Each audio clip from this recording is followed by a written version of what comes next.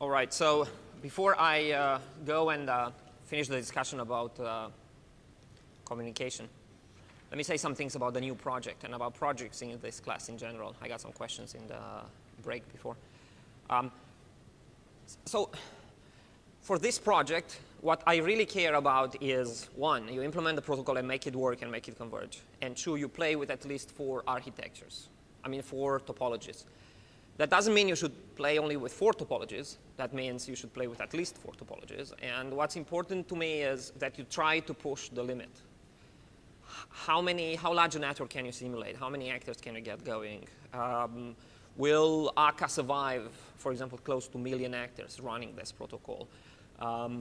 What kind of problems do you encounter with various topologies? Is something better than something else?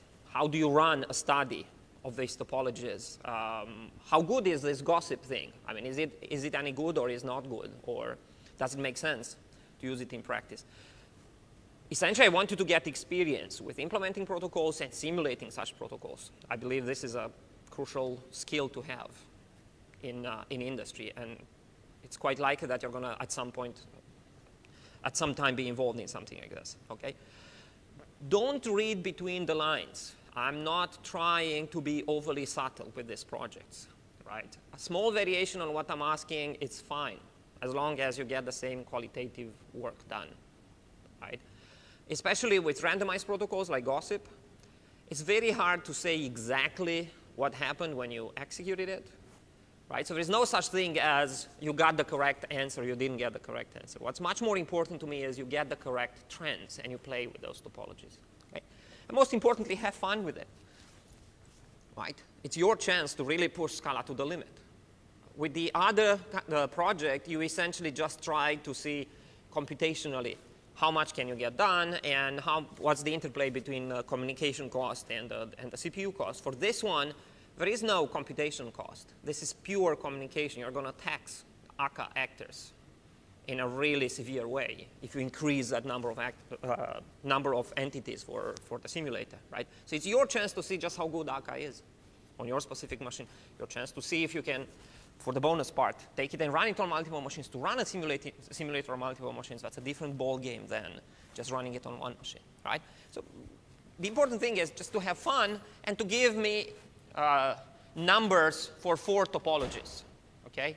Stick to the topologies I asked, but do more. And if you find very interesting things, well, we are going to have some bonus points for surprises right there. Somebody really did a fantastic job at something. Well, we're going to make sure you get rewarded one way or another, okay? All right? There are no super subtle things. I'm not trying to trick you into not doing the right thing. But somehow I have the feeling a lot of your questions are around, but is it this little subtlety or this little subtlety? I don't care. It's any of them you want. Just go and do a simulator, okay? And that's true for the rest of the projects as well. I'm interested in the broad theme, not necessarily the tiny, tiny details. So don't negotiate with me tiny details. They really don't matter. That's what I'm trying to say. OK, good. So let's go back to the material that I want to cover, which is communication. Okay? Now, these lectures are a little bit longer because communication is that important. It's extremely important to understand what goes on the wire, what happens there, because that's where problems start. And when you have the problem at the macroscopic level, you're completely in the dark if you don't understand the communication. Okay? We had already discussions about the TCP. And we had a quiz about that, right? The connection-based versus datagram-based, right? So it's TCP versus UDP, right? TCP makes a connection, tries to play nice, has all kinds of guarantees. UDP essentially offers none of these guarantees. It's essentially best effort, okay? And this has interesting implications, and I'm going to pursue some of them later in the lectures today. We mentioned briefly the message-oriented communication. And to some extent, this is exactly what UDP is. You're just sending messages, and they might or might not make it to the other side. Internally, that's what TCP is as well. But because there are so many messages that are used by the system, meta messages, right? The equivalent of header messages, right? That are used by the systems in order to play nice on the TCP connection, you essentially get a much, much higher quality messaging system out there, right? So a TCP connection is guaranteed to be essentially deliver all those messages in order. The protocol does this. To tell you when something went wrong, right? That's one of the biggest issues in distributed systems in general. It's not so much that something went wrong or not, it's knowing that something went wrong. Not knowing that something went wrong is what creates extremely complicated situations, right? Because if you know it's wrong, you can retry. Think about your web browser, right? Your web browser essentially, if it cannot succeed in doing something, it will come back and say, well, I tried for 2 minutes and it didn't work, or I tried for 30 seconds and it didn't work. So what protocol do you think the web browser mostly uses? TCP or UDP? TCP, right? That's essentially a decision that was made so that you're not annoying a lot of people. If every now and then you would lose some of those messages, all kinds of things would happen. I mean, the web browser would be much, much harder to design. Imagine that simply portions of the image just don't arrive ever, right? They're just not there. I mean, that sometimes happens and used to happen a lot more in the good old times, right? When you got part of the image and then it got stuck. That's because the browser tried to be eager and, in fact, tried to display the image as soon as possible instead of waiting until the whole big message got transferred, right? So we are already talking about things like small messages and big messages. Who decides what goes on? Well, again, it's the inner protocol that decides what the size of the low-level packets are. But you can build abstractions on top of it. You can build bigger things out of small things, right? So in order to get big, reliable, large messages, what you can do is use TCP and say this entire thing, 1 gigabyte, is one message, right? Now, you will detect in the process of transferring that large message whether it succeeded or it failed. But you can still declare some sort of partial success if you want. You still have a little bit of leeway at the application level. Okay. All right. So I will discuss later about data streams, especially in the context of multimedia video. Video is kind of the killer. Audio and video, but video is the worst, right? And that's where I'm going to mention more things about UDP. But let's see very fast. This messaging system, right? I mentioned briefly last time that you have a bunch of simple primitives, put, get, pull, and notify, with the problems with notify, right? What exactly does it mean to call callbacks, right? General architecture could be something like this. You have a sender, middleware that does the sending of the messages. OS, it's always involved. This is how we build systems. Network gets on the other OS, makes it through the middleware, and it's somehow presented there. In the case of actors in Scala, the middleware is exactly the Akka library that sits in the middle, or Scala's library. And in fact, the high-level actor system provides precisely this sort of messaging, right? An actor sends a message. Something happens through some sort of TCP IP connection, probably, but UDP could be a choice. Arrives on the other side, and the mechanism we talked about last time kind of fires up. Okay. Now, if Akka uses TCP, it in fact knows when the messages got delivered, and it knows for sure the messages got delivered, or it knows that the connection timed out. Now, if there is something important that happens there with TCP, and I want you to understand that that's true, where the protocol is designed in such a way that the messages from the OS are not delivered to the application until this guy essentially agrees that it knows that the message was successfully sent. So you can, with TCP, in principle, you shouldn't run in a situation when the message is successfully sent here, but this guy sent a message saying that it failed. Okay, we're going to talk about this later because it's a promise that it's essentially is done with high probability, but it's very, very tricky to say for sure that that happened. But with extremely high probability, TCP will guarantee that that's going on. Okay, so for all practical purposes, that's going to be true. If there is a failure, the other side knows that there is a failure. If there is a success, it knows it's a success. All right. Now, when it comes to the message queuing system, so what's a message queuing system? It's a system that allows messages, but you don't have to be up at the same time. So you're allowed to send a message when the other party is not up, but somebody has to be up. And the somebody better be some sort of an intermediate entity, some sort of intermediate server that serves as the temporary repository for the messages. Right? Now, in the enterprise, you might even want to archive these messages forever. Okay. Has all kinds of benefits, desirable benefits. I mean, has non-desirable benefits as well. I mean, some people might not want all the messages to be in there, but maybe in the enterprise you would like to have that, right? And you can actually go even further and have a complicated messaging system in which some sort of routing happens. Okay? Now, I want you to understand that the moment you have TCP, that itself is a complex protocol. And to some extent, UDP is a complex protocol as well because it can jump multiple hops and so on.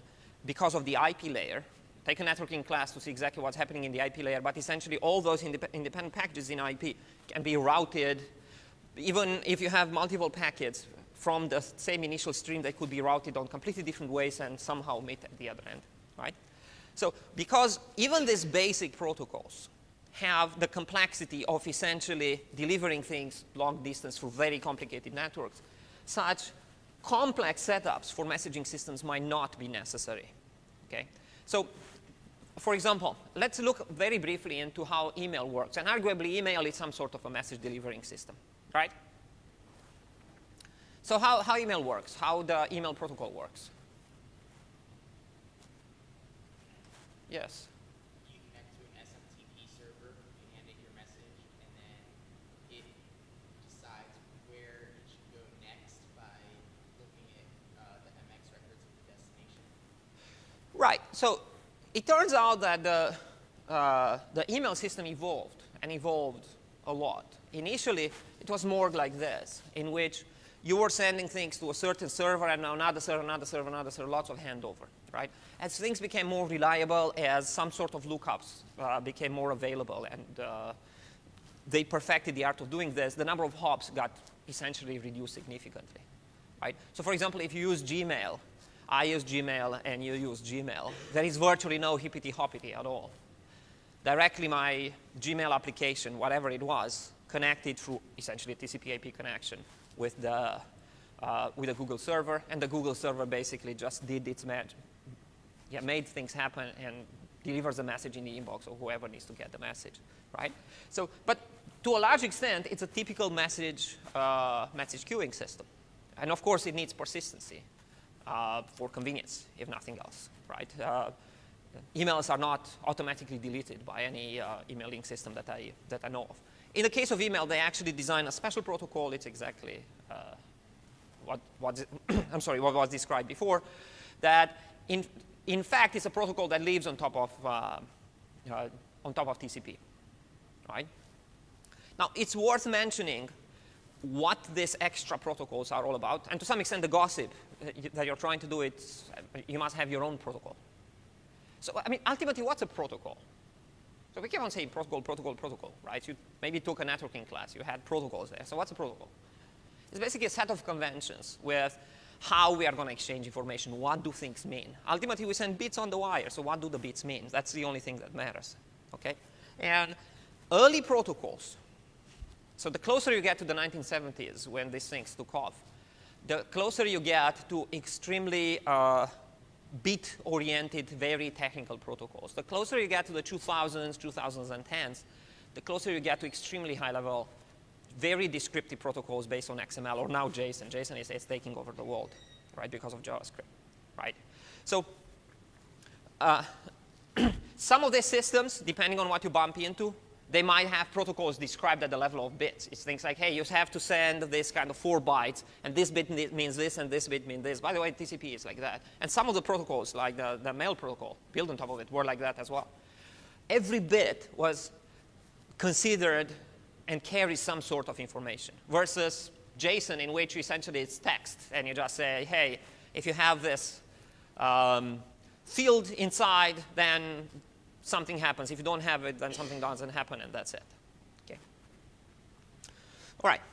So we might or might not need, for a particular queuing system, routing. If you have a basic TCP connection, you might as well just connect directly, a single server. Because you can go long distance, if you have a powerful enough server, there's no need for routing. You can just send a message to that server, for example. So that would be similar to something like this, right, in which essentially you have some sort of a server that's a message broker.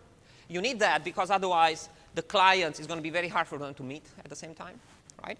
So if I want to send you a message, I'm going to contact the message broker. The message broker is going to temporarily store the message somehow, or provide some sort of persistency.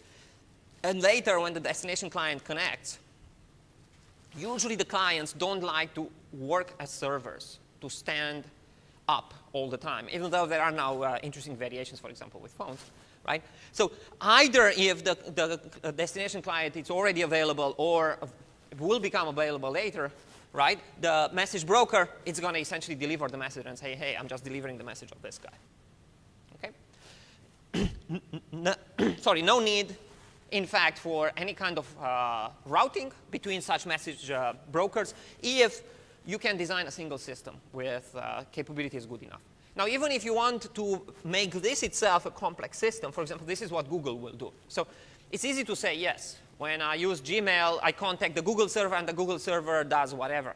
There is no Google server. There is only a large collection of Google servers, and they have their own game they play, and their own internal communication, so on and so forth. But none of that is, in fact, exposed to the outside world. To the world, it looks like a single system. And this is, to some extent, one of the core desirable things coming out of distributed systems. Can you design complex systems that look like a single simple system to the outside? Okay, so, but really, what's happening inside Google servers is nobody's business, and it's their own internal protocols, right? They're not exposed outside, which means they don't even need to be defined to the outside world. Right, now, this is a more complex example. This is IBM's WebSphere. And this is designed for enterprises that are really, really large, in which you assume that such a messaging server is not enough, right? And that's truly the case if you have hundreds of thousands of employees that all send a lot of these messages. Or, for example, again, if you're Apple and you have to implement the messaging, right, that I think they got in iOS 5, right? In that case, you might, in fact, have some sort of a network between these message queues. That will avoid another problem that exists in here, single point of failure. If this server goes down, the whole thing goes down. So you might do this for reasons that have nothing to do with, oh, I can't take the load on a single server. We're going to talk about this later, if you want to provide some sort of fault tolerance. Right? So one way to provide fault tolerance in such a message queuing system would be to have multiple such servers. Then you can both do some load balancing, but at the same time do some form of redundancy. If one of them goes down, you design some mechanism that you can basically take some kind of hot spare and start working with that. That's, in fact, happening with almost anything that's related to the internet. For example, it's happening with DNS servers. Right? So what are DNS servers? There's so many things to know, but yes. What's DNS? Right, so DNS means domain name server, and it essentially maps, supposedly, nice names into IP addresses. Right? IP addresses are those 32-bit numbers that we write in 4 pieces with dots between them. How many people know their IP address? Oh, by the way, I had the same IP address on my machines since essentially I came to UF 10 years ago, but I still don't know the IP addresses of those free machines I'm using, the free servers I'm using. It's just too hard to remember them, right? Now, I do remember the names, mostly because I only have to remember the beginning of the name. The rest of the name is borrowed from the so-called domain, right? So the domain we use in the department is CIC UFL-EDU, which is a subpart of UFL-EDU, which is a subpart of EDU. I'm going to come back to DNS later. But the thing I want to mention is it's a different service in a different game, but redundancy in that system is crucial. Right? So usually on a single machine, you say, hey, here are 2 DNS servers. If one is down, and occasionally that could happen, try the other one. Essentially, the same thing can be done at the client level. You say, this is your primary, if you want, server you're talking to with the messaging system, but if that doesn't work, contact the secondary one. Right? It's similar to, for example, the mirrors for the large projects that host the code. Right? So roughly the same ideas you're going to see used with slightly different variations for all of this, for all these different things, right? The same basic technique adapted to the specific circumstances. We're going to see many examples throughout the class. Right? So to some extent, what I'm going to talk about in the rest of the class is going to be quite repetitive on a lot of portions. You're going to see, oh, but again, it's some form of caching. Or again, it's some form of redundancy by allowing multiple such servers or things like this. And that's true, but the particulars matter, and you could take advantage of them. Okay? Now, when it comes to messaging systems, you can, in fact, decide, and you have to specify for a messaging system what the transport type is, and that's essentially what protocol are you going to use at the lower level. Remember, protocols are built on top of each other. So for most implementations, you have to decide if you do TCP or UDP. There are some other protocols out there, by the way. It's just that they're not particularly popular anymore, right? And that's mostly due to how we set up the internet. A lot of competing protocols early on, and for specialized networks, you could still see such protocols. FIFO delivery, this turns out to be important. Do you have a guarantee with respect to message delivery? So the order of the message delivery. So the order of the message delivery can actually be crucial for certain more sophisticated protocols that go into multiple stages, right? It's not only that I have to tell you that I delivered the message on the other end, but I have to tell you, it's not to tell you in what order, but to guarantee that your own messages say, I mean, that would be a nice service, to guarantee that your own messages arrived in a certain order. So if you send message 1 and then message 2, it arrives on the other hand as message 1 and message 2. Interleaved in all kinds of other ways, potentially with other messages, you might give up that. So you don't want a total ordering of the messages. You want a partial ordering, at least of your own messages. Okay? Without that, you create a lot of complications for some applications, or you create a don't care situation, and that is fine for some other applications.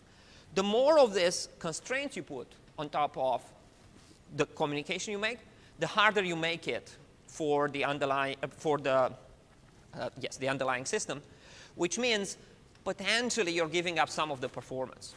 Okay, so this is really the trade-off we're talking about. You could always say, hey, I want all the goodies, but then the performance is going to be not necessarily as good as you want. Now, TCP, in fact, guarantees in-order message delivery. In particular, it's not going to deliver the message higher up, right, from the OS to the application, or the middleware and then the application, until it got all the messages in order. So literally, it will withhold messages until the correct messages arrive. Okay? And that's very convenient, because as an application writer, it's very hard to design an application in which things don't show up in order. Okay? So, okay, I'm going to talk just in a few minutes how you could design applications that could deal with out-of-order things and so on, and why would you do so. Okay, another thing is message length. How big these messages can be, right? That turns out to be an important characteristic of the system. So for example, how big can email messages be? Nowadays, I don't know, anybody tried sending a gigabyte email? Well, it really depends on the server. So I wouldn't be surprised, for example, if Google would let you transfer a large thing as long as it stays within Gmail, but various email servers, when they talk to each other, right, they could run in a situation where the other server refuses to take a message beyond a certain length, and then the email gets an nasty negative acknowledgement. Oh, did you notice negative acknowledgements, right? So this is very important, because I'm going to come back to this in class. The email does not have positive acknowledgements.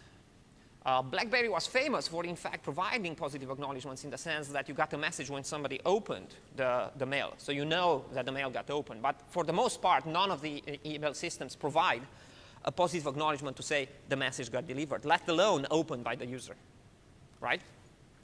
But you do get negative acknowledgements if the servers try to send the email and something bad happened on the way. There is no negative acknowledgement with respect to the application, the top-level application, but there is such a negative acknowledgement between servers, right? So you get those nasty looking emails, very, very cryptic, in which servers exchange some kind of a complicated message explaining what failed. Sometimes it might be the size of the message, sometimes the destination address, right? Right. Another important characteristic is setup and retry count, right? Maximum number of retries in order to try to send. So the ideas around this is, if you don't put a limit on how much effort you're willing to put into doing something, it could run amok. We're going to come back to this later when we see other kinds of protocols. But one sure way to produce a disastrous situation in a network is not to have imposed limits. Maximum number of tries should be this, right? Things like this happen. For example, even if you can, and this happens even in modern networks, you can in fact have packets going circularly. This is much lower level than the situation here. You can have packets going circularly between routers because the routers incorrectly, one of them is misconfigured, and it thinks that it has this connection, but it has this connection. You form a circle.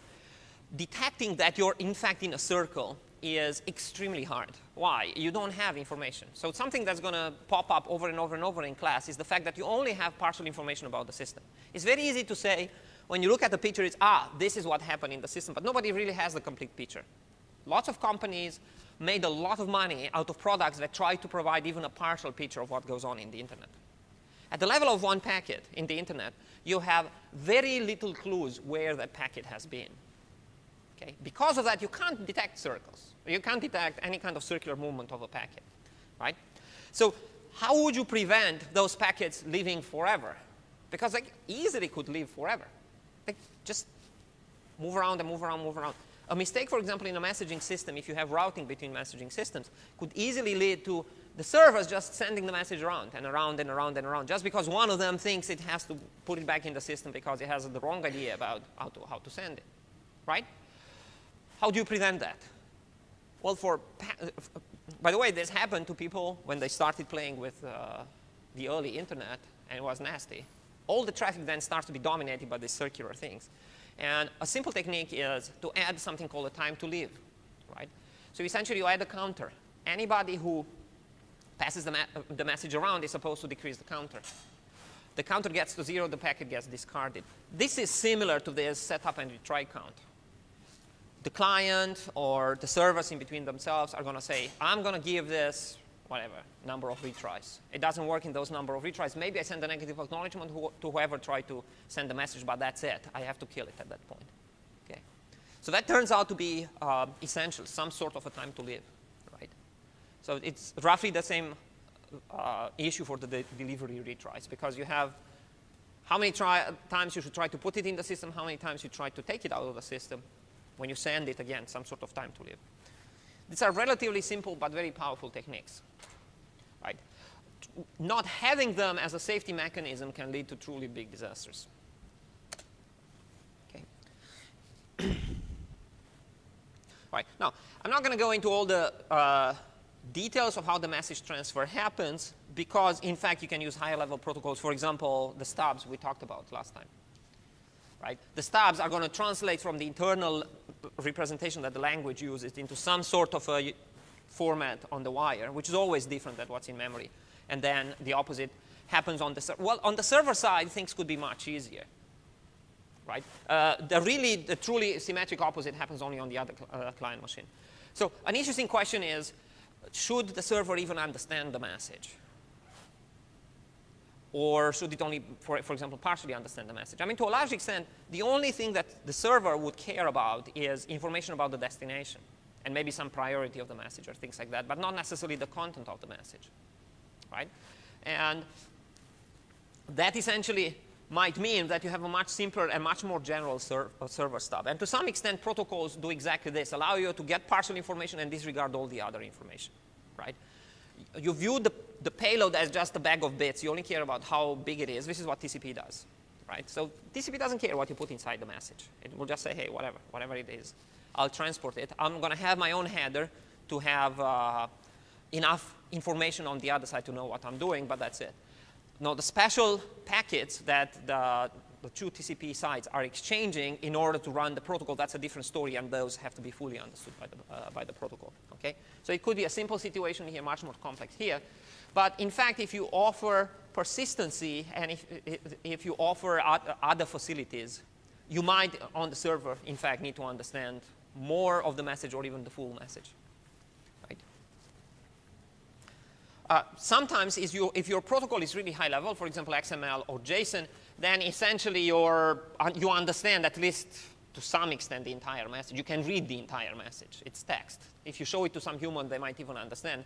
But even then, right, you have a field called n, for example. You have some n somewhere. What does that mean? It doesn't matter how high level the protocol is. You still need to associate meaning with things. The fact that it looks like text doesn't necessarily make it particularly meaningful. Right? And this is how you can run in trouble if you lose the meaning of things, or if you have different meanings for the same thing.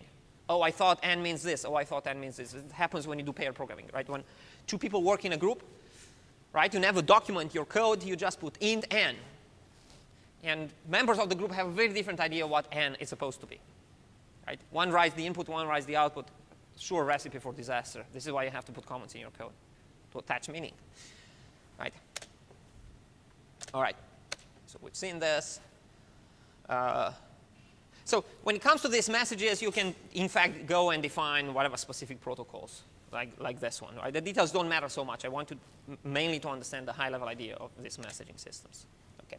Let's switch gears and talk about something more exciting and more interesting, which is data streams. Okay. Especially in the context of multimedia data streams. So far, mostly our discussion was about messages. I wanted to send a message. I put a message here. Somehow it gets on the other side. TCP guarantees that such messages get delivered in order. I know when they don't get delivered. UDP doesn't guarantee any of these things, tries its best, right? But it's still messages. But I might want to associate a very different kind of activity with the communication, namely a continuous stream of information that, in fact, has to appear at a certain speed. And that turns out to be important for data streams. Right? So when it comes to data streams, you want at least to simulate continuous delivery. Right? So let's think about video. I mean, how many people here have not watched any video on the web? It's impossible because the advertising is a video now, right? It's just, you can't escape it. Okay. Good. So now when it comes to video, so clearly what you have, the video is delivered to you in some sort of a continuous fashion. Okay, so let's think a little bit about what would happen if the server is either too fast or too slow. Okay? Let's do first too slow, because that's what mostly annoys you. If it's too slow, what will happen?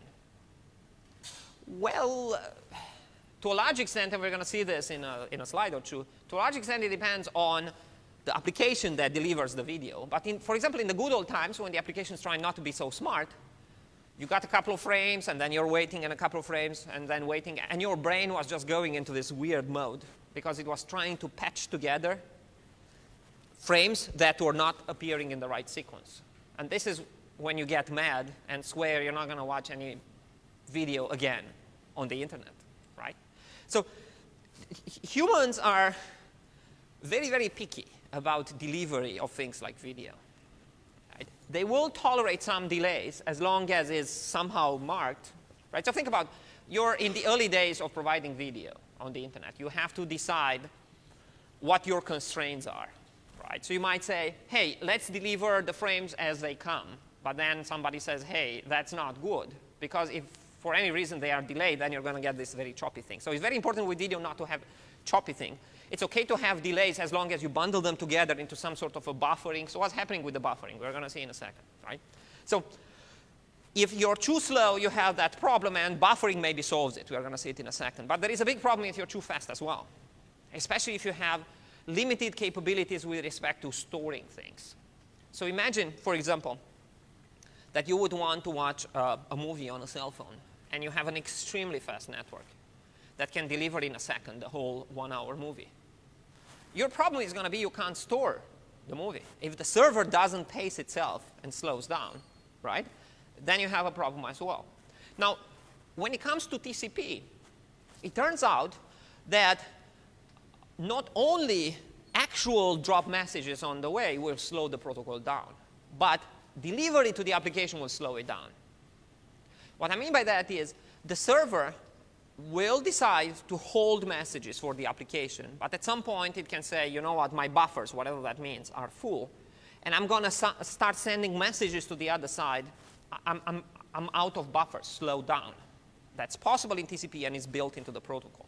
So, right? So TCP will slow down for the application, not only for the network. That's not true for UDP.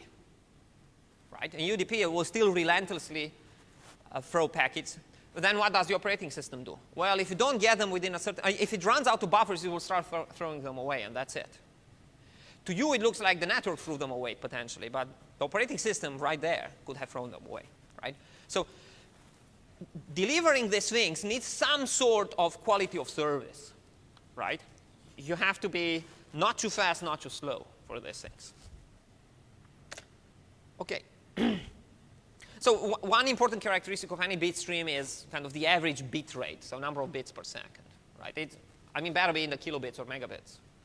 And this is really the way we are talking about most of the wiring we do, right? So we talk about now, for example, connecting devices to these more advanced TVs, right? So the new HDMI, how many people know about the new HDMI standard that can support the 4K TVs? What are 4K TVs?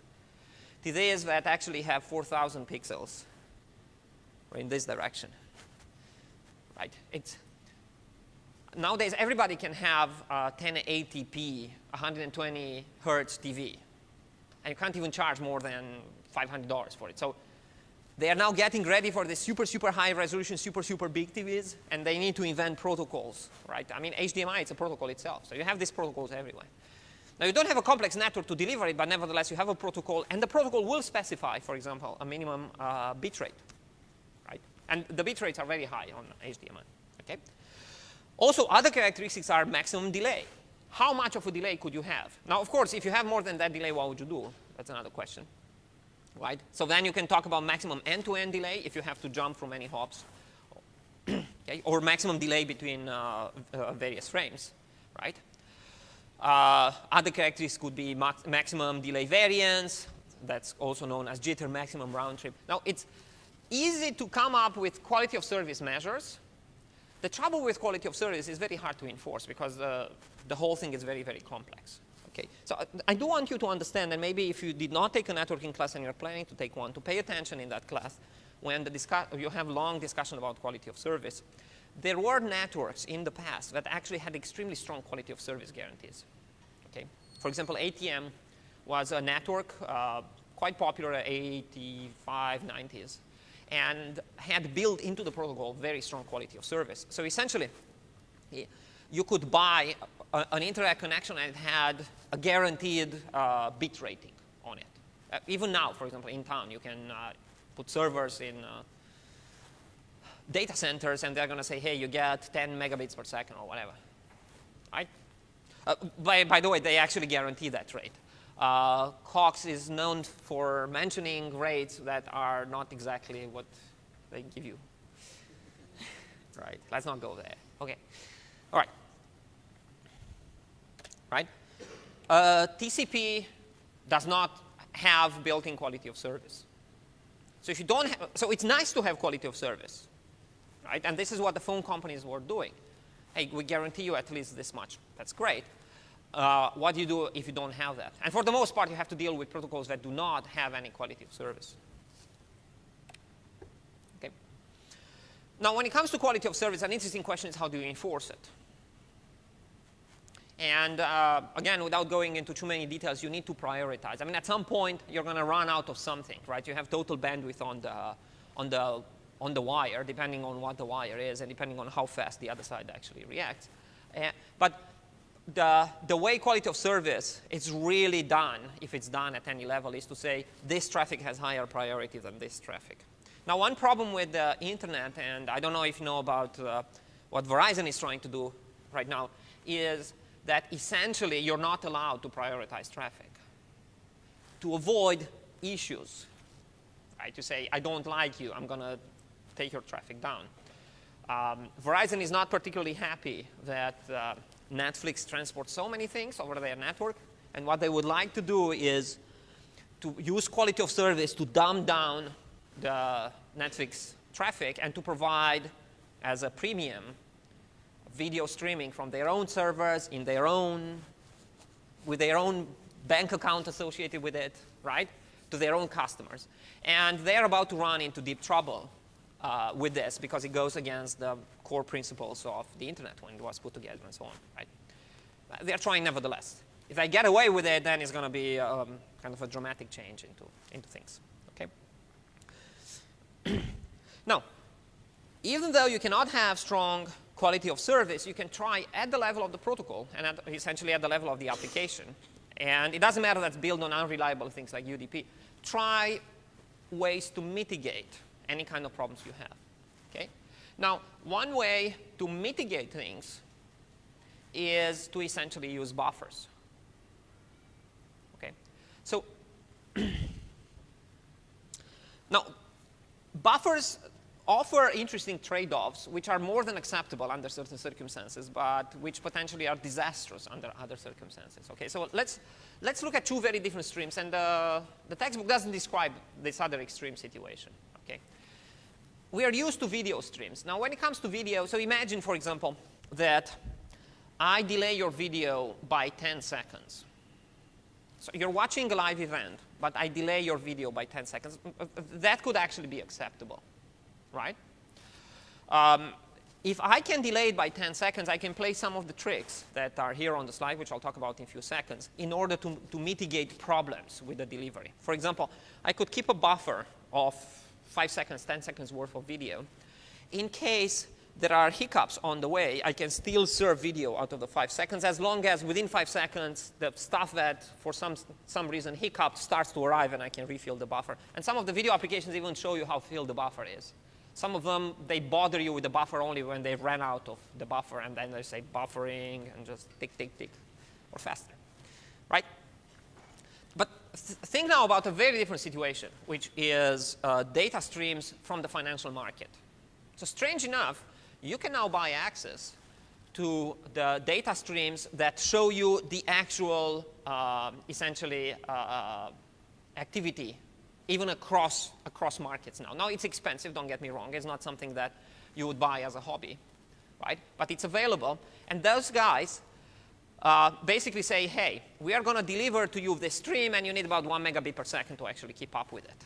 Okay? What they deliver on those streams is information about, OK, this stock got purchased at this price, and maybe some other information about this kind of a transaction. Those transactions, and especially the speed at which they arrive and the delay in arriving, could make or break fortunes. This is what the millisecond trading is all about. Okay?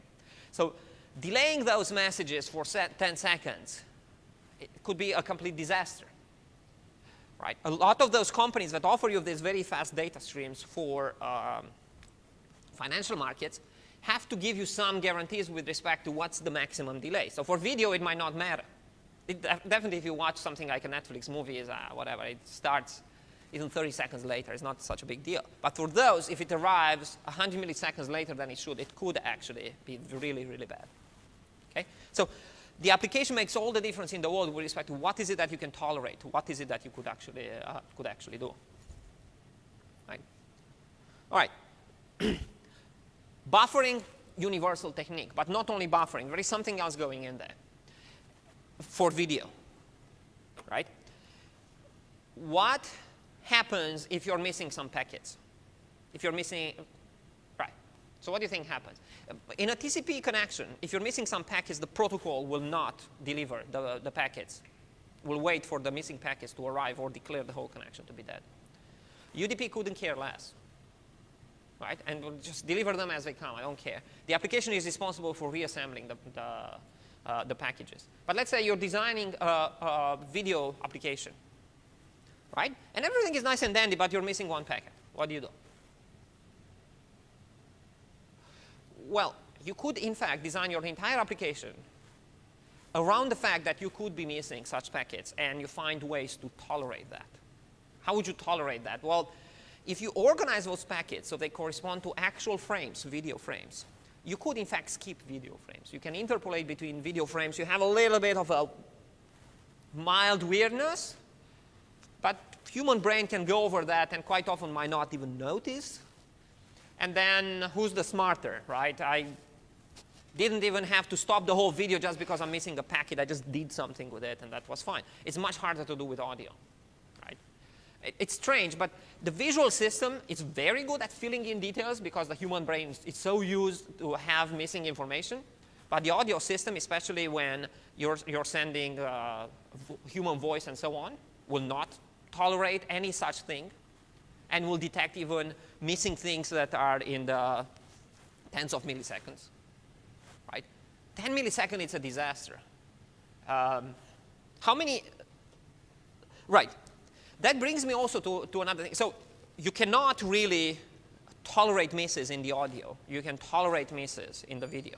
In fact, if you got the audio frames, right, and you play the audio, you can almost do anything you want with the missing video frames, and the brain will assemble it and might not even notice. Okay? Good.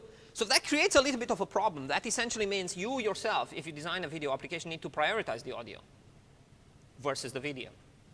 Right? But that creates another problem, which we do see when that thing is not done. Namely, how do you synchronize multiple data streams, which is crucial.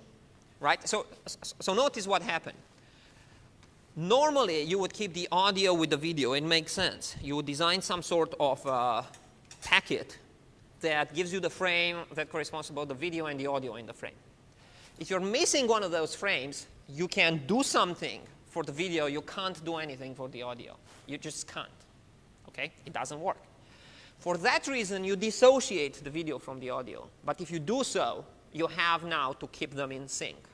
Now, keeping things in sync, not keeping things in sync, is one of the most annoying things for the human brain.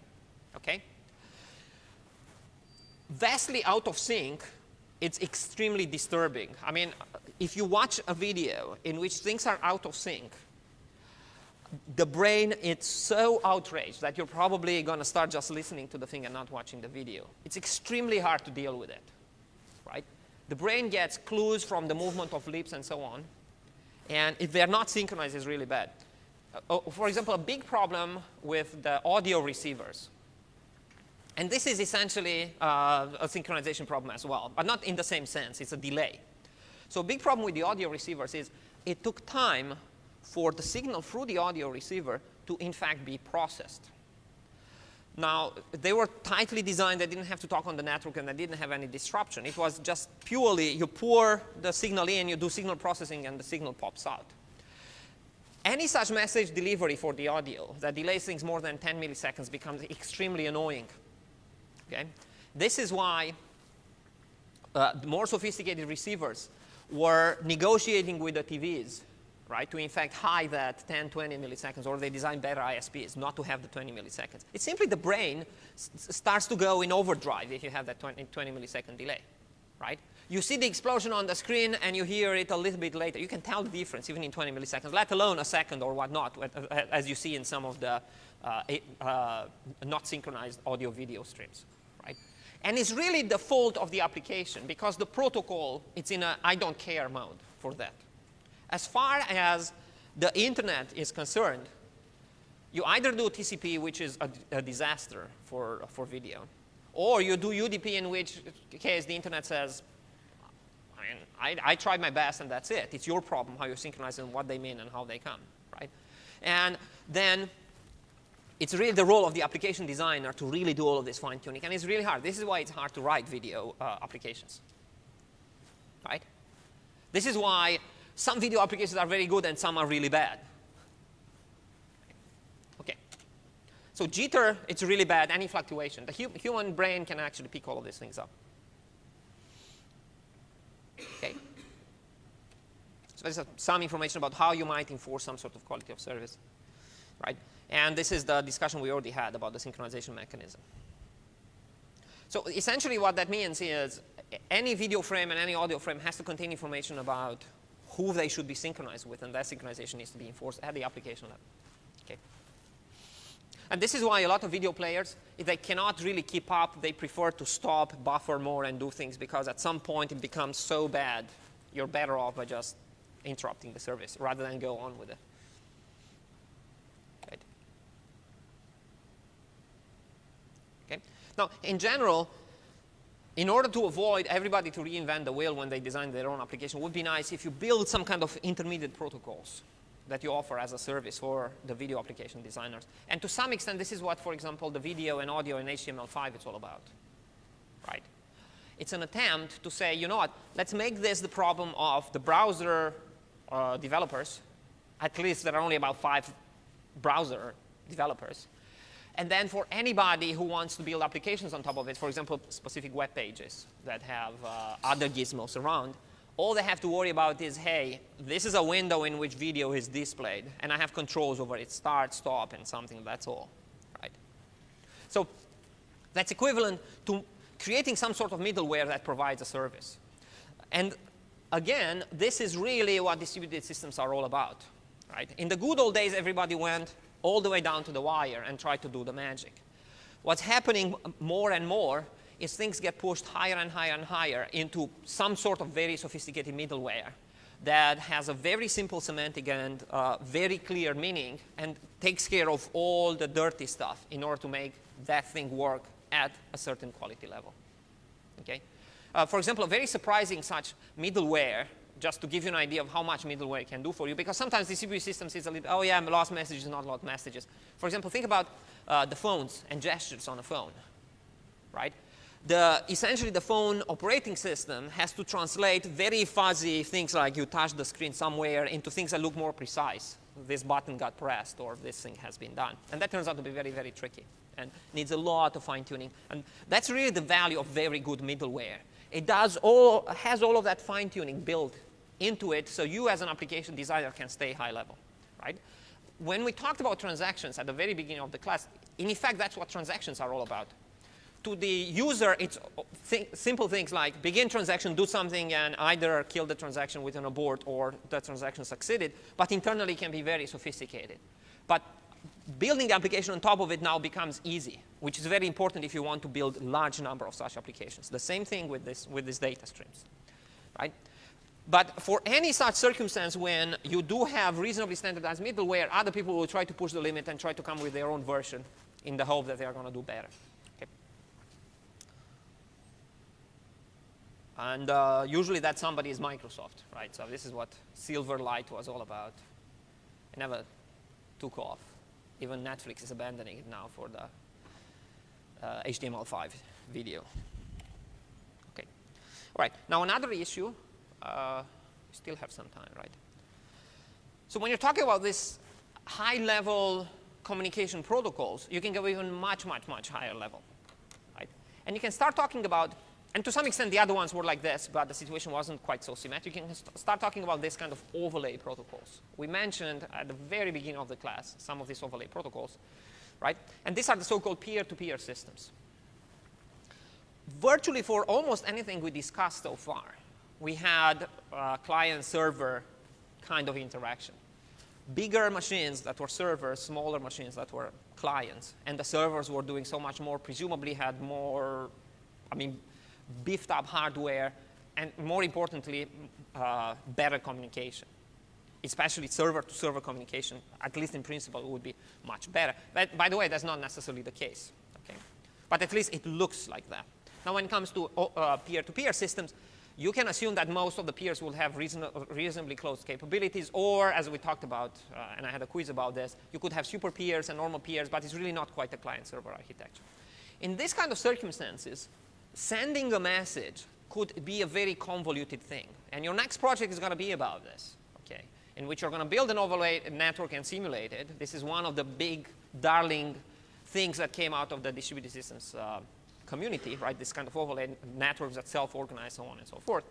And in those kind of circumstances, for A to talk to C, even though A could open a TCP IP connection with C, it might go on a very convoluted path. Why would it do so? One reason is A might not know how to contact C, right? So let's think about the following situation. And so I want you to understand that communication is tightly coupled with knowing who has a certain resource, right? So when you're trying to go and find something on the, if you're trying to watch a movie, you have to know who has the movie.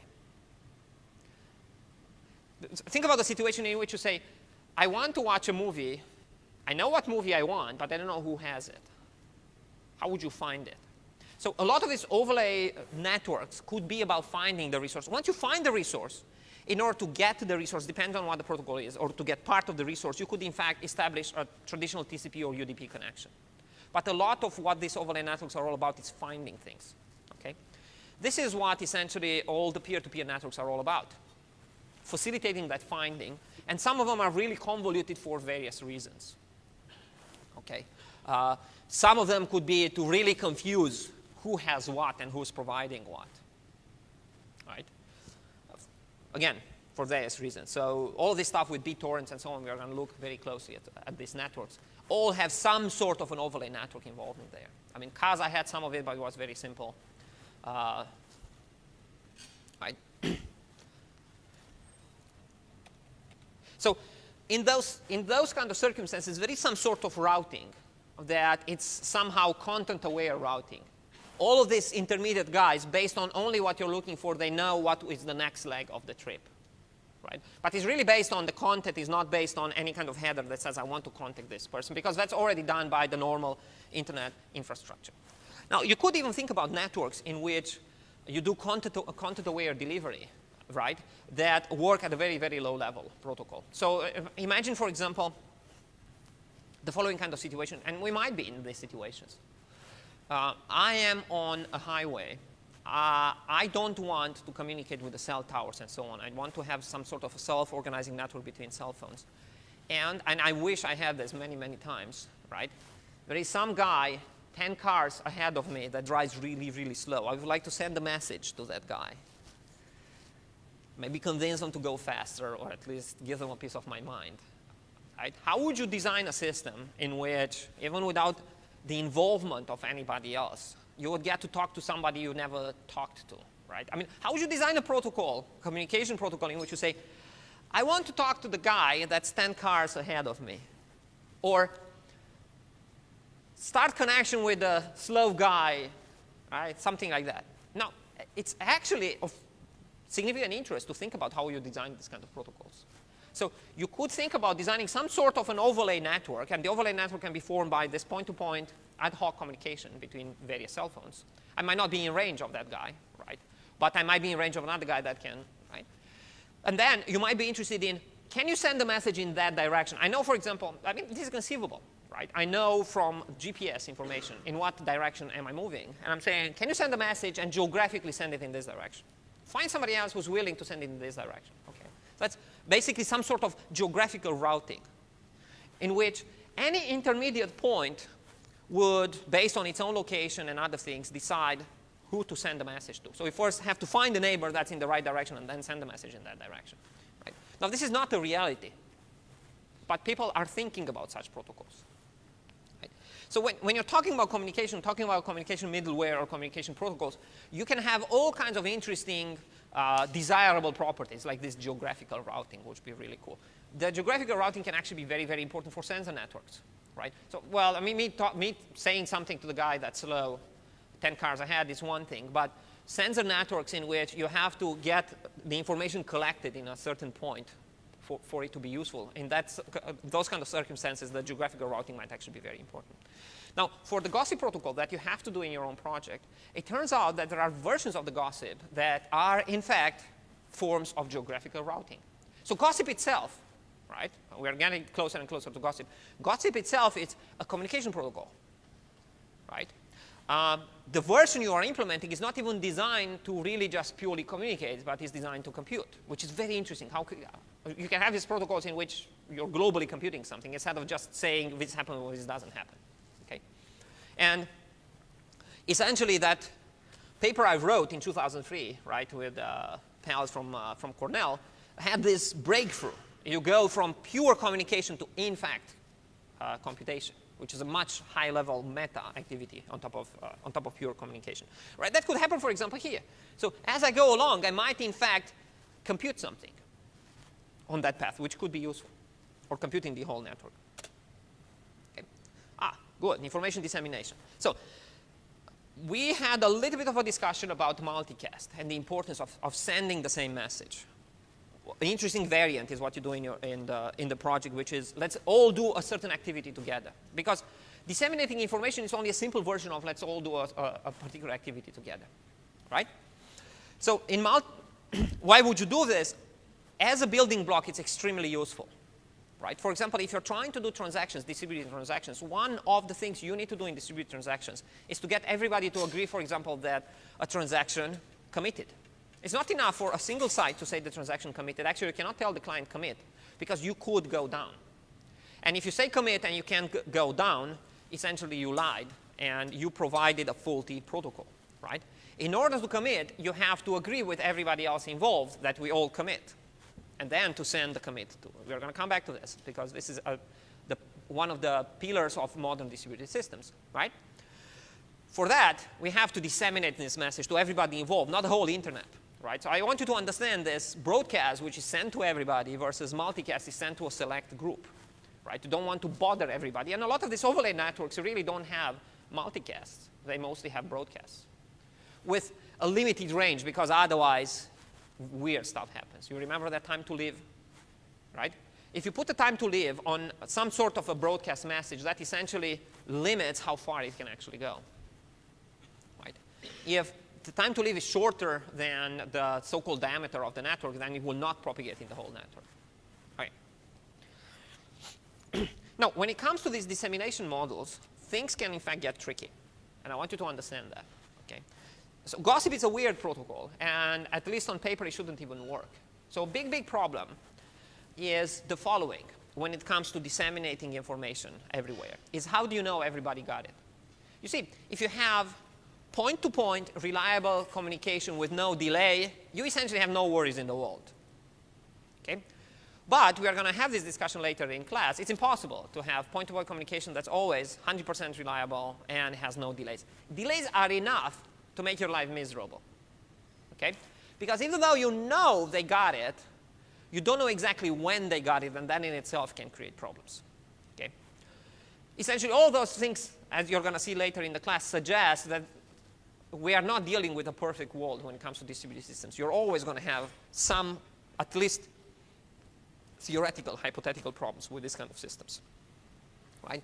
So how do you design protocols that work? That's really what it boils down to. And distributed systems community tried all kinds of things. Right? So you remember that phone trees I mentioned that were used before they had this automatic phone systems that just called everybody, right? Essentially, the school at the beginning of the school year said, look, in the case of whatever disaster or some big announcement that has to be given to everybody in the school, we need, in fact, to organize ourselves, because the school cannot possibly make so many phone calls. And what we are going to do is we are going to form some sort of a dissemination tree. Okay? So one idea would be gossip, which you have in the project, but the other one is dissemination tree.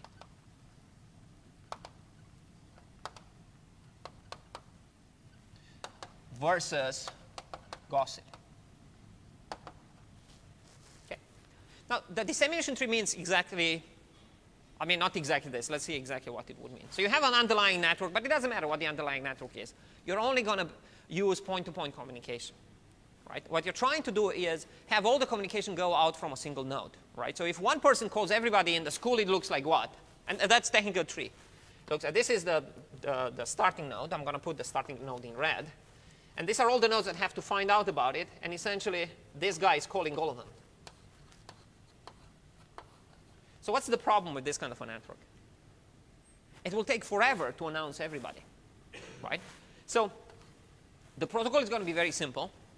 But because of the way these messages can actually be delivered, so remember, point-to-point connections, especially local connections, can all go in parallel. But if there is no parallelism here, you would have to discretely move between all of these things, right? So if it takes you, for example, 10 milliseconds to deliver one message, and you have 1 million guys to deliver the message to, so let's do this kind of math. 10 milliseconds per message, and then you have 1 million recipients, right? That means how much time will it take to tell everybody that something happened? So I can do 100 in a second, and it's going to be 10,000 seconds, right? That's about 3 hours. That's not good, right? It's really not good. OK, let's try some other topologies based on the tree.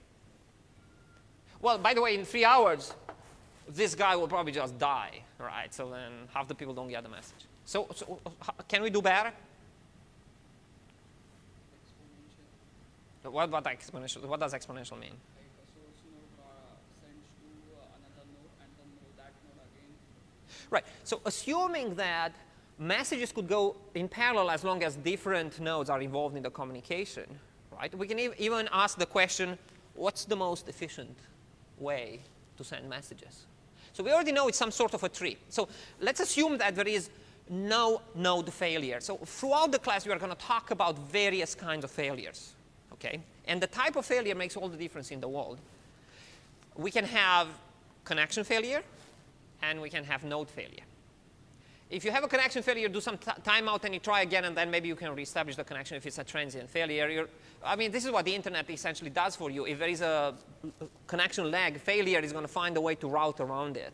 It takes a little bit of a delay, but routes around it, and eventually the connection goes through. So you're only talking about a delay in establishing the connection most of the time for connection failures. For node failures, it's much more disastrous in a tree, because if a node fails, essentially all the other nodes that depended on the tree are not going to get their message. Okay? Good. So this could look like this. I'm canning this for a while. So this red guy, oh, where's my red? Okay. This red guy here could basically say, you know what? Let's do a simple binary one first. I'm going to send a message to these other guys. These other guys send a message to two other guys. Two other guys. And this is the exponential propagation that you talked about. Namely, presumably it's going to take 10 milliseconds per step. So if I have a million nodes there, let's round up the million to a power of 2, right? So in powers of 2, how much is a million? Well, 1,024, right? I'm going to round up things in a kind of more abrupt way. It's 10 bits, right? So a million is 20 bits, which means depth roughly 20 for the tree. I might be 19, but it's really not 19, it's 20, right? So the million is exactly between 2 powers of 2. It's between 2 to the 19 and 2 to the 20, okay? So then the depth of the tree is going to be 20 times 10 milliseconds, which is going to be 200 milliseconds, right? Now, it's not bad. 3 hours versus 200 milliseconds. Yay, right? Good. Now, you can ask yourself the following question, which is, this is an interesting question here. What should the branching factor be of the tree to have the fastest delivery to the bottom? With the following constraint. Actually, it's not quite 10 milliseconds per step. It has to be 20 milliseconds per step, because you have to do each of these discretely. You have to send one in 10 milliseconds and another one in 10 milliseconds, right? So it's more like 20 times 20 milliseconds is 400 milliseconds, okay? So if you have the branching factor n, it takes you n times 10 milliseconds to deal with your level of the tree. But the other guys, let's assume no other delays, no other things, it would take the same amount of time. So if you have a higher branching factor, it takes you longer to do one stage, but the number of steps in the stage are gonna reduce. So what's the optimum value for this? You can actually write equations. And inevitably, these equations end up giving you the number of nodes should be exactly e, the base of the natural logarithm, which is not a good number for this, because you can either have 2 children, 3 children, 4 children. You cannot have e children, right? E is 2.73. It turns out that 2 and 3 are roughly equivalent. You might as well do 2 because it looks cuter. Okay? So this is one reason we do binary trees, really, is because they're easier to implement than tertiary trees. And there is minor difference in performance because of what I discussed, because the sweet spot is E, which is a little bit better than both 2 or 3, which can't be done, right? Because this is, in fact, a discrete problem, right? Do you know of any circumstances when the tree would be very different? I would have a much higher fan-out. Something has to change in the cost system. For example, what could change here in the cost system is the fact that if these guys are my physical neighbors, I could use actual broadcasts like the Wi-Fi broadcast, in which case in 10 milliseconds, everybody around me gets it, and could be 100 guys around me that get it. In which case, I'm going to have this arbitrary fan-out. It's whoever heard about it and is going to broadcast, right? In databases, for example, when you're packing information on the disk, the fan-out is the size of the packet, right? And that could result in trees that have 100 nodes, children. Okay. So what this should be depends on the particulars of the communication. But this still has the major, so in terms of speed of propagation, if you have to pay a cost, a fixed cost for each of the children, in terms of speed of propagation, it's very hard to do much better than 2 or 3. While 3, it's in a tiny, tiny way a little better. Okay? So to a large extent, this 400 millisecond in this circumstance is kind of the lower limit in how fast the communication could be. Okay? So that's good. You can actually prove that this is very close to the lower limit of what you could actually do. If you don't have other more broadcasting mechanisms to in fact send the messages, right? Then why not just do this? Why bother with something like gossip? This kind of situation has really bad properties from the point of view of node failures, right? Let's say this guy dies. This part of the tree does not get the message at all. Okay? Now here's where things get interesting, and I might get to this later. This protocol, it's so efficient at delivering messages that you might think that, in fact, you're better off, even if you have some sort of failures, and when we talk about failures, I'm going to talk about this. If you have some sort of failures, you're better off by fixing the tree rather than build something else that's not a tree. Okay. But then you have a little bit of a problem there, right? And in fact, we wrote a very interesting paper. It's actually more a series of 3 papers in which we showed that you're either in a situation where you shouldn't worry about tree failures, or you're in a situation in which the tree is unfixable, and you switch between them in a very short amount of time, right? It's a so-called phase transition. Now, this is a really bad result, by the way, but it's a fundamental bad result. That means you're either lucky and things are good, or you're unlucky and there's nothing you can do about it. And essentially, gossip is the only kind of thing that will survive in there, right? I'll revisit that result later in the class, in subsequent lectures. Maybe one interesting architecture for your gossip would in fact be some variation on the tree. So how would you do a variation on the tree? Well, you could do a variation on the tree by injecting extra nodes. Extra connections. So if you take extra connections and you put just a number of random such connections, right, you might notice interesting things on that thing. Okay. So specifically in the project I'm asking you to do, I'm asking for very subtle variations on some of the networks. Let me give you a hint about what's happening with the gossip. Okay? The speed at which gossip messages propagate depends on the topology. And the worst topology, and you're going to see this because you have to implement it, is the line topology. Right? The line topology, so this is my gossip now part, gossip. Still have time. Right? So gossip, it's all about pick a random neighbor and talk to the random neighbor, or broadcast to all your neighbors, see if you have some kind of a local network. There are variations on the gossip protocol along these lines. The worst of the worst situation, and you can prove this theoretically, is this. Okay? And your starting node is, let's say, the first node, which in fact is the worst situation, when the starting node is the first node. So let's think about how gossip protocol would work in this circumstance. So in the gossip protocol, at every step, you have to pick one of your random neighbors and send the message to the random neighbor. Okay? So this is what's going to happen here. So what's the ideal situation? Send, send, send, send, send, right? If only it would be that easy. But gossip will do the following thing, right? It really resembles kind of games of chance. It's probably very close to blackjack. I mean, the first guy has only one neighbor, so there's no question that it first has to do this. Then he flips a coin. Maybe it's lucky and it picks this leg, but then it gets unlucky and it comes back. And then it could get really unlucky and comes back. And then maybe again it goes and goes back.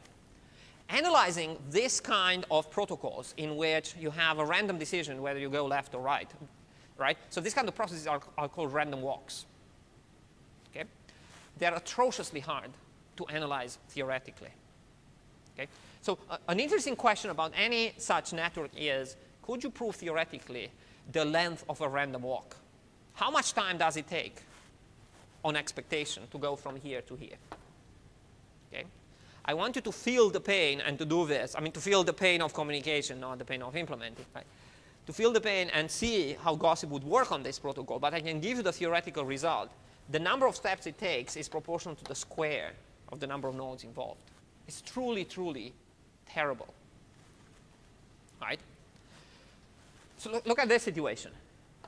We were appalled that the running time was 3 hours. You should try this. Right? You're talking about 1 million square. It's hard to even fathom how large that number is. Well, we know, right? It's gigabyte, terabyte. So you need a terabyte 10 millisecond messages, I mean, you're talking about a year for a message to make it on the other side or more, right? I could compute. I mean, if we want, as a sport, we could compute this, okay? So things could get much worse than this with gossip. So just doing gossip by itself is not going to buy you anything, okay? What do you think is the best situation for gossip? It's very hard to say, right? What kind of network will make gossip work?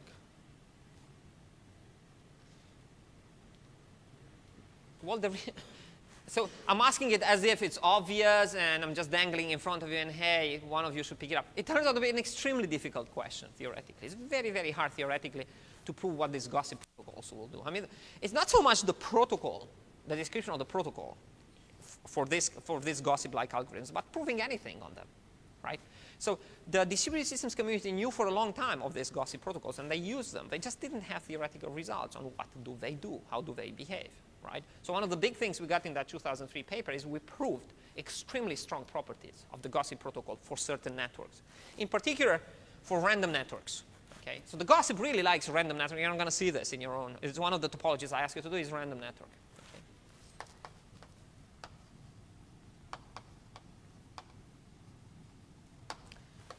Okay, so what's a random network? It's a network in which the nodes you can talk to are randomly. So imagine a network in which you could talk to anybody, but you have to decide who you talk to at this step. If you could flip a coin and decide randomly a guy to talk to, that's in fact the best situation for gossip. Okay? So it doesn't matter what the connectivity is. Say you use TCP or whatever, and you know the name of all the network or all the nodes involved. Right? If at this step I could pick this guy, and everybody in parallel is running the protocol, right? So this other guy could pick this guy, this other guy here could pick this guy. This itself can be picked by somebody else. If anybody knows about everybody and just pick a random guy, right? Then it turns out that the dissemination of the information is exponential. It's exactly what this tree will do. But without any need to build a tree. And in fact, with extremely strong redundancy. It doesn't matter if anybody dies here. Somebody else will pick up the slack and will send the message. So gossip will have this magical property that it will tolerate failures. It will tolerate even massive number of failures in a purely random network in which anybody can talk to anybody, just decide who is it that you're going to talk to. Okay? So the propagation time for this is provably log n. You're going to test it in your own simulator to see just how log n the log n is. Okay? So that essentially means also that with very high probability, after a logarithm number of steps, everybody knows about the net. Everybody knows about whatever happened, or everybody participates in the computation of the average, or whatever it is that you're doing.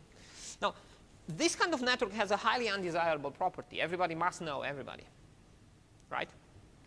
So a number of fundamental questions which I'm trying to get you to answer at the experimental level is, could you get networks that could have some structure but still have exponential propagation, right?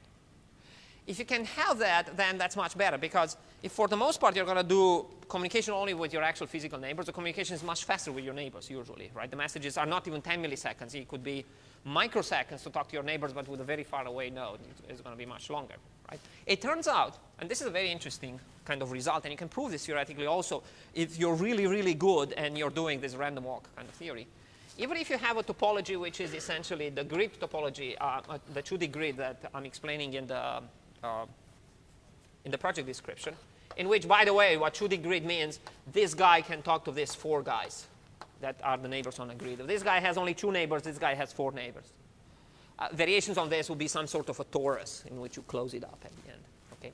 But it turns out that in this topology, the propagation, it's not particularly good either, because you have the same kind of problems you have there, except that, let's say it's a perfect square. The length of this is square root of n, where the number of nodes is, but still the messages propagate like the square of this diameter. So it's going to take roughly O of n to propagate information from one end to another. So you're pretty much in this situation with gossip, if you just have that topology. So it's terrible, okay? But if every guy gets a single extra random node in the network, so this guy has 4 neighbors plus a long distance random guy, right? For example, this guy itself has the 4 neighbors, the 4 natural neighbors, but then just one extra random guy, whatever it is. This will, in fact, make the convergence be exponentially fast. So it doesn't take much. It just takes some of these long-range connections that are random. And you're done. It's not enough to just close the torus. So closing the torus will have very little effect on the speed of propagation. You can try this. So if you just close it up this way and then close it up this way, it's not going to be much better. Right? But if you do these random connections, everything just starts to work much, much, much better. Because what's going to happen is with a significant probability, the information can move in a completely different part of the network. Okay? Again, why theoretically that happens is a very tricky business. But I want you to see this with the simulator you're going to write. Okay? And these things turn out to be very important if you do any such gossip implementation in practice. You don't put these long-distance connections, your protocol is going to be really bad. You put them, suddenly things are much better. So you don't, in fact, need everybody to know everybody. You need everybody to know their natural neighbors and very few random nodes, and you're fine. But if everybody knows one random guy, that turns out to be good enough in most circumstances. And what I want you to do in the project is to compare this purely random, everybody knows everybody, and talks to that guy with this situation to see how close this gets to this. Because that's much easier to pull off in practice. Okay? And in fact, there is nothing special about the 2D grid. You can say everybody has their own natural neighbors, whatever they happen to be around me, and then make a long-distance connection. I don't even care if you're so organized or disorganized or whatever happens. That's going to fix all the problems in the world if you have one random connection. Okay? And that's an unknown result from a practical point of view for the most part, but it's known theoretically because of the random walk theory. Okay? Essentially, the length of a random walk is dramatically decreased if you have random connections, even few random connections. Okay? Now, this is some sort of a picture with how the dissemination works. You're going to get much better pictures. Right? You're going to show me those nice graphs with the convergence speed and whatnot. Right? Good. Now, when it comes to this kind of protocols, the gossip protocol, I notice in the textbook that you have a bad protocol. So here's how it goes. And that's tremendously difficult for the distributed systems community. Right? A lot of things seem right. And you can even talk yourself into believing they are right, but in fact they are wrong. Okay, so specifically, I want to discuss this protocol that's mentioned from a paper that was published in 2005, 2 years after our paper got published, with a protocol that in fact is wrong. And I want to discuss why it's wrong. Okay. So it's a protocol for computing average, exactly what you're going to do in your assignment. And it has, all of these protocols have a very simple rule, right? Let's discuss this. One reason I'm doing this is I want you to appreciate just how subtle things can be, even for a seemingly simple protocol. And one core question about anything that happens in distributed systems is, could you prove theoretically that it does or it doesn't do something? Especially when it comes to, for example, you say, my protocol is fault tolerant. Could you prove that fault tolerance, whatever that means? Right? If you could, you would have much, much stronger guarantees about your protocol. But it turns out to be very tricky. Okay? So the big question is, what exactly happens during the information exchange when two nodes meet together? So you have your own way to talk to a random neighbor. We already know that if you have a topology that's not random enough, things are going to go very, very slow. But this is not even about speed of convergence. A core question of any such protocol is, does it converge in the first place? Well, does it? It's not that it converges. Does it converge to the correct value in the first place? Right? It's very easy to converge. Everybody suddenly agrees that the value is 0, and we all agree it's 0, but that's not the average, right? So the trick is to converge to the correct average, right? So any such protocol, from a theoretical point of view, is your duty to prove that it converges to the correct value. What does converge mean, by the way? These are all very nice words, but what do they mean?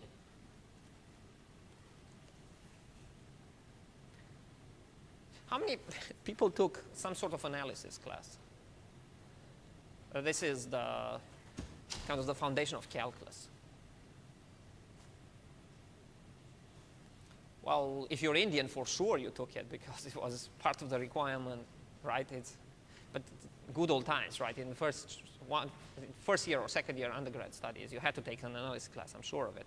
Right? So the convergence has to do with this strong guarantees that beyond a certain point, things are close enough. Right? So you converge if, at least eventually, you get within a short distance of the true answer. Right? So for example, we could say, so forget about the speed of convergence. So we say a network converges to the correct result if there exists a time beyond which you're within any epsilon, any closeness to the desired result. Right? And you might go in a different neighborhood and stay in that neighborhood, but if it's not exactly the value that you're seeking, that means you converge to the wrong value. Okay? So that would be a problem. So the protocol, any such average protocol has to converge and to converge to right value, correct? So the pure convergence, it's about do the numbers stabilize? The numbers might not stabilize at all. I mean, for all we know, the numbers could fluctuate, right? You can easily design protocols in which you have a flip-flop kind of behavior. I say 1, you say 0 in the next iteration, you flip 0, 1, 1, 0, 0, 1, 1, 0, 0, 1, 1, 0. We never go to anything. Just change our opinion about what it is. For example, you could get such a protocol if you do this. You pick a random neighbor and you exchange the value with the random neighbor. Well, provably, this doesn't converge anywhere, right? Because you're not getting anywhere closer to the average. You're just taking the same two numbers and permuting them in terms of the knowledge. Who has the knowledge that the numbers exist, but that's all, right?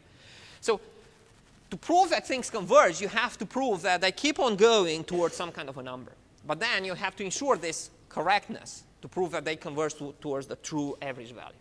Now, the protocol in the textbook converges, but not necessarily to the true value. Okay? So let me show you the protocol and try to convince you that it doesn't necessarily converge to the true value. So the protocol is really this. You pick a random neighbor. You establish a communication with a random neighbor. It looks very good, by the way, by the protocol. This guy started with the value x1. This guy started with the value x2. They communicate, and they both agree that their new value is the average value. So the x1 prime is going to be to x2 prime, and it's equal to x1 plus x2 divided by 2.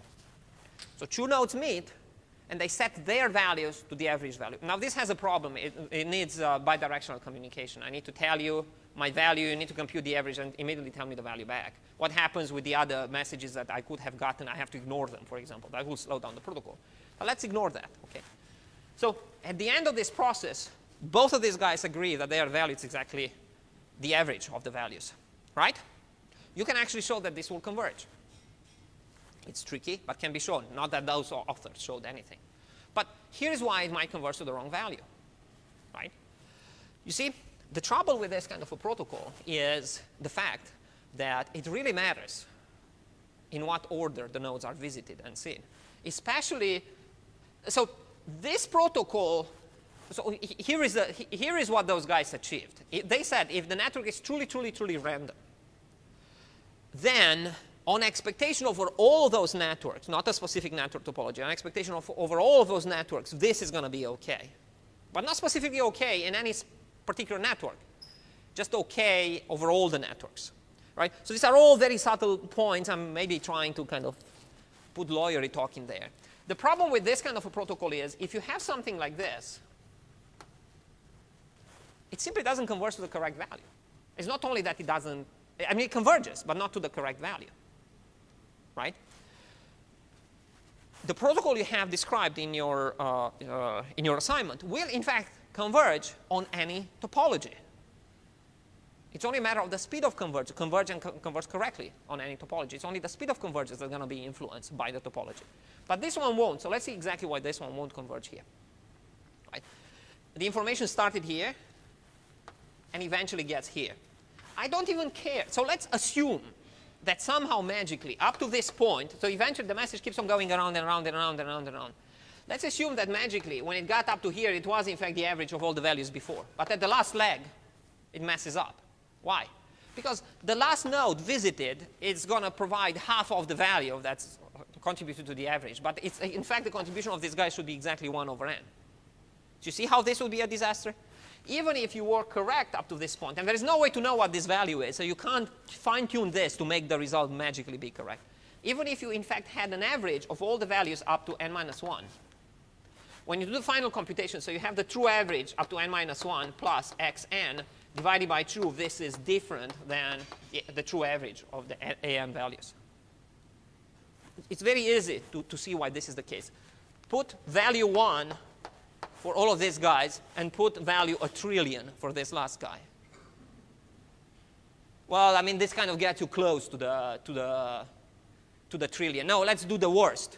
Let's put 1 million for all of the, not 1 million, let's put 1 for all of these guys and 0 for the last guy.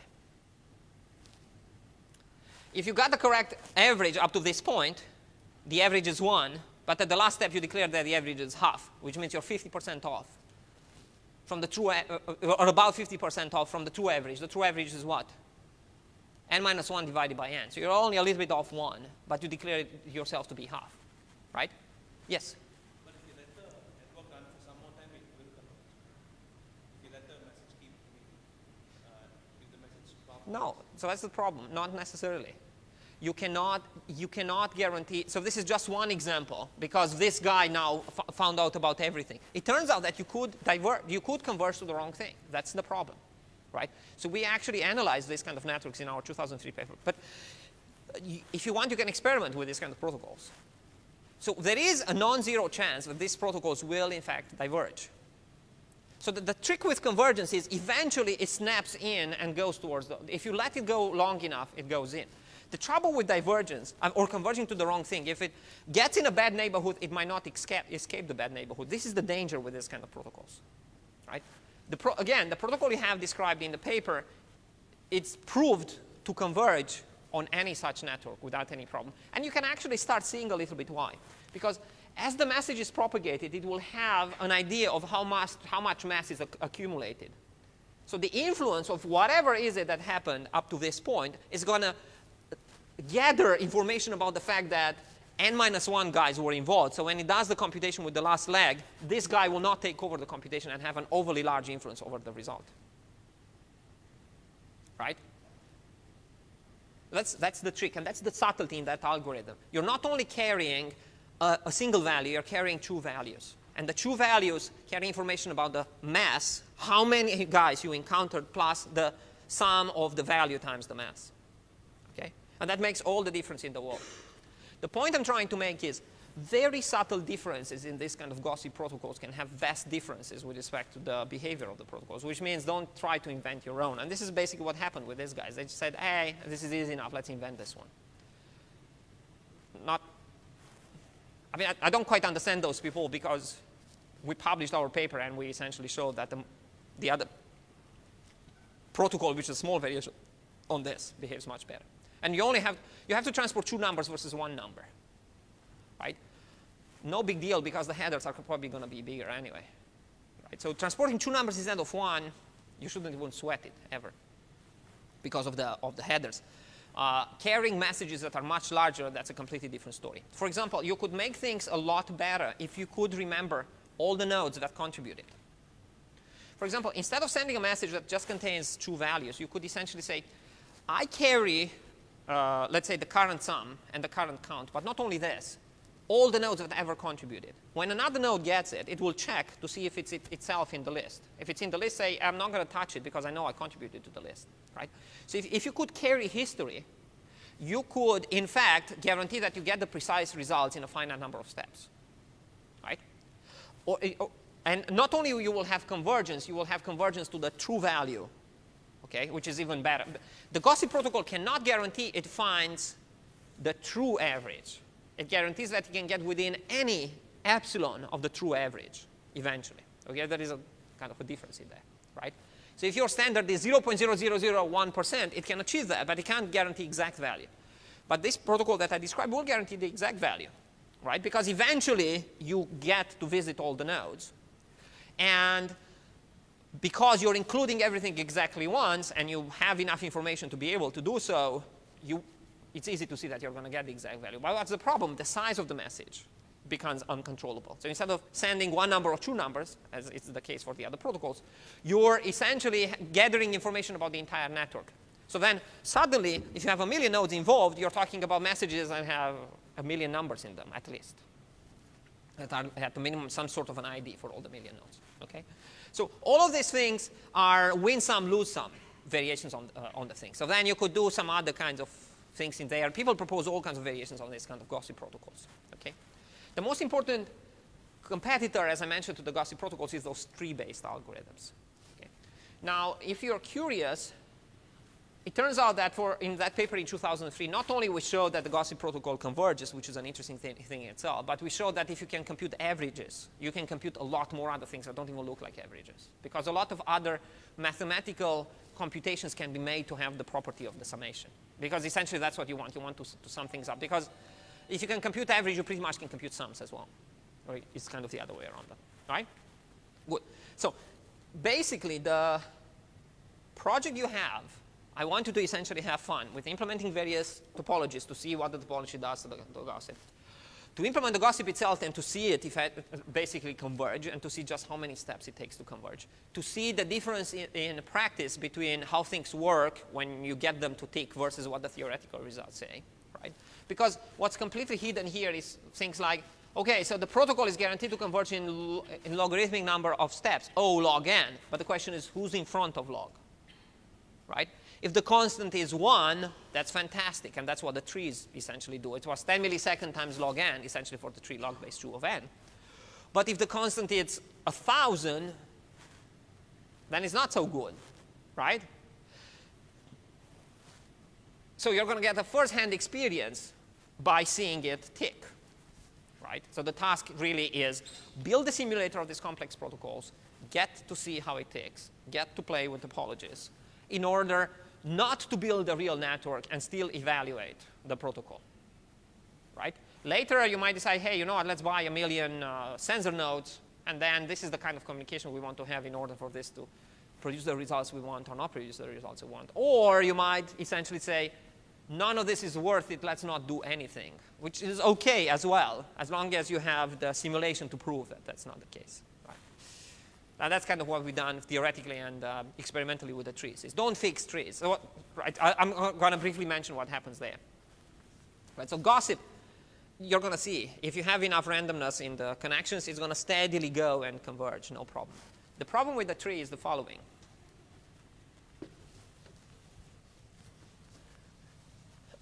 That it's the node failure. So you can actually show that gossip with node failures, and that's the extra project, the bonus part I'm asking you, is accommodate node failures, right? Even if you have node failures, you can still survive and you can still tick. Okay? But with the tree, very weird stuff is going to happen with the node failures because you're going to lose large parts of the tree, which you can't afford, right? So in the tree itself, if I lose this guy, I lose the entire tree, so I'm going to lose all the numbers that were in here, and God knows what's in there. I cannot assume a uniform distribution of the numbers, so I can't make assumptions about what was in the tree. Okay? So what's happening there is if you try to fix the tree, and you could try to fix the tree by building another tree to go around this guy. So look, you see, when it comes to failures, it's a given that you lost this guy. I mean, if that guy is dead, you can't get the value of that guy, and that's the end of it. Okay? But you can talk about, could I get now the average of all the guys that are alive? So you can define a notion of what it means to get a correct average by saying, I just want the average of the guys that were alive. Okay? And that's good enough. I mean, you have to settle for that because otherwise you can't do anything. Right? So you can think about, okay, let's build another tree that doesn't involve this guy. But the trouble is you've done some partial computations, so you have a number of tough choices. You could either abandon all work, build another tree, and carry the computation on another tree. And the trees can actually do averages, even better than the gossip, even simpler, right? So essentially that means that if you determine what's the probability for any node to die, the number of retries is essentially going to be proportional with the inverse of that probability, right? Or try to build a subtree around it, or try to, for example, find fixes and to jump to another thing and do things. If you plot now the amount of time it's going to take to run the protocol on average and to get the correct result, that means the tree stays stays up enough to actually carry the computation. The running time is going to be very small. It's exactly that logarithm, and this is the probability of failure. It's going to be very small, and at some point it goes and shoots up way up. Okay, so this is a so-called phase transition, and it turns out that the inflection point is the point where p times n, it's approximately 1. Okay, so this is one of our theoretical / practical papers. So the probability of one node failure times the number of nodes, which means the probability that at least one node fails during the computation, it's around 1, right? If you're below that, even a little bit below that, the protocol goes through. If you're above that, even a little bit above that, you virtually have no chance to ever finish the protocol, right? So you go from really good to really bad on a short portion of the parameter space, right? This is a really nightmare scenario, because that means you have to design the network so you stay away from this p times n, it's approximately 1, because there's nothing you can do about it. We proved that even with magical fixing properties in here, you cannot move this line more than a little bit, right? Even moving it by 10%, it's impossible with almost arbitrary kind of magic. So we said, imagine you could fix 5 node failures instantaneously in the network. That still moves the line only a little bit, right? That's the problem, okay? Anyway, have fun with the project. I'm going to close the discussion about communication right here, and we switch to another topic on Thursday. We'll see what we do with the quiz. And most of the fun is going to be in the project itself, okay? Treat it seriously, because there is a lot of experimentation to do, not only to write the code, okay?